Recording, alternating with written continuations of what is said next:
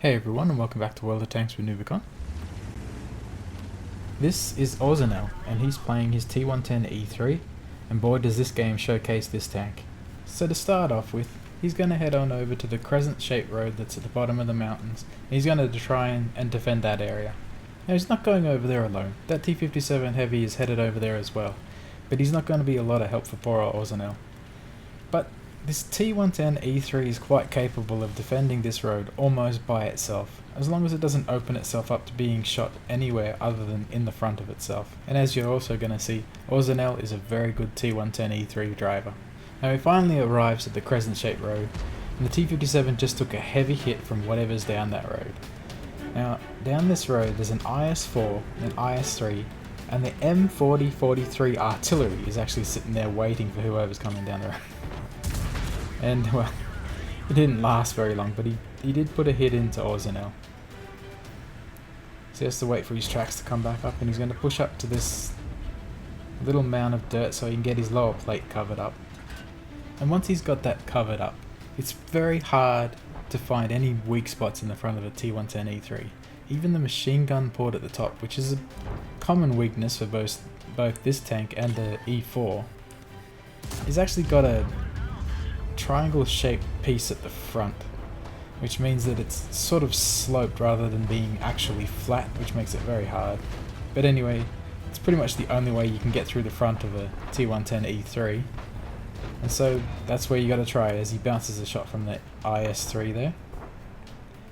Moves on up, he's trying to hit that weak spot on the IS-4's turret. It's not easy to hit, especially when you're moving around like him, and he bounces a shot from that IS-4. IS-3 misses. And he spots some targets in the little courtyard there, or just on the other side of in that gap.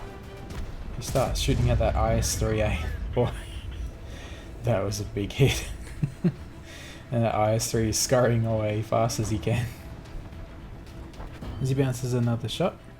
And he thinks about shooting the IS-3A again, but instead he wants to have a look and see where those guys down the other end of this road are. And to even my surprise, they haven't moved. He tries to shoot the IS-3 and he hits the mound of dirt in front of him, and that's when the Object 140 makes itself known. He's behind him, so he's pulling himself back so that he's got the back of himself covered up from those guys down the road. He's going to focus on these guys up here. He checks behind him to see what's going on and see who can shoot at him and who can't. And if we take a look at the minimap, his team is in a really bad position. Most of the tanks are getting outflanked, and it's just, as he puts a pretty good shot in there, it's just a matter of time and they start losing tanks pretty quick. It's pretty even for the moment, but it's going to go downhill pretty quick soon. He's trying to go back and deal with these medium tanks that are back here and help out his friends that are around that corner, but they're just getting swarmed, and yeah, it's really not looking good. It's starting to go pretty bad right about now. 9-5 already. So he knows sooner or later they're going to be coming for him, so he sets up in actually a sneaky little spot just here. You'll see later on how good a spot this is. He puts a shot into that CDC and sets him on fire, but that was a premium fire extinguisher. And those aren't cheap.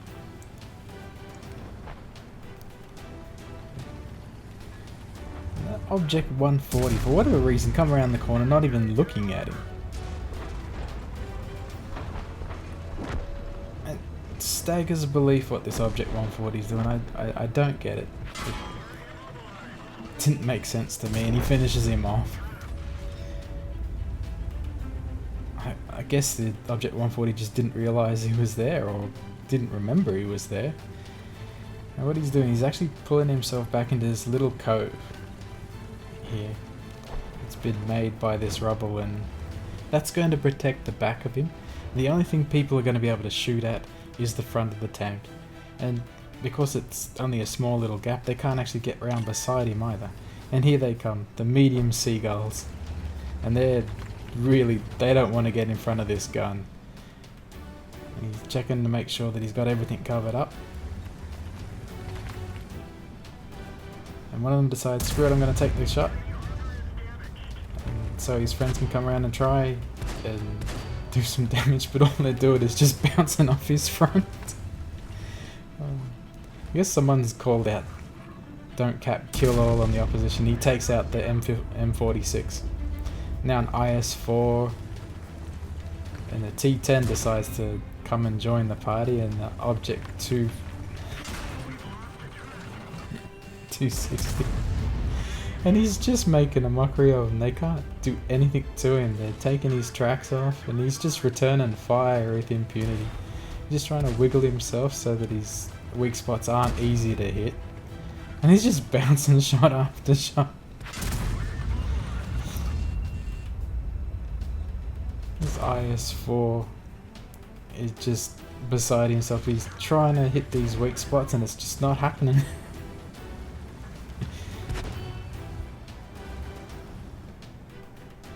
Just look at this, the amount of fire going into the front of the E3. He's missed that one, the IS-4 then. He takes out the Object 260. And this IS-4 thinks, well, I need to get in and get around to those weak spots that he's just too big. And Orzanel's not having that, he's not letting him come in. IS-4 is just opening his flank up now. This IS-4 stayed there and blocked him in, it would be fine as long as someone went to cap, but no one's capping. And they're just not getting through the front of this tank. He puts another shot into the IS-4, and I don't know if you just noticed, but the T50, Skoda T50, just snuck away and took off up to the cap. He's doing the smart thing, he's going to go cap. And these guys are just going to keep trying to get through the front of this E3, which just isn't happening. He's lost his tracks there. He's just taking a second just to think about what he wants to do next, and he decides, right, I'm going to go out and I'm going to finish this IS-4. Pull back for a second while I reload.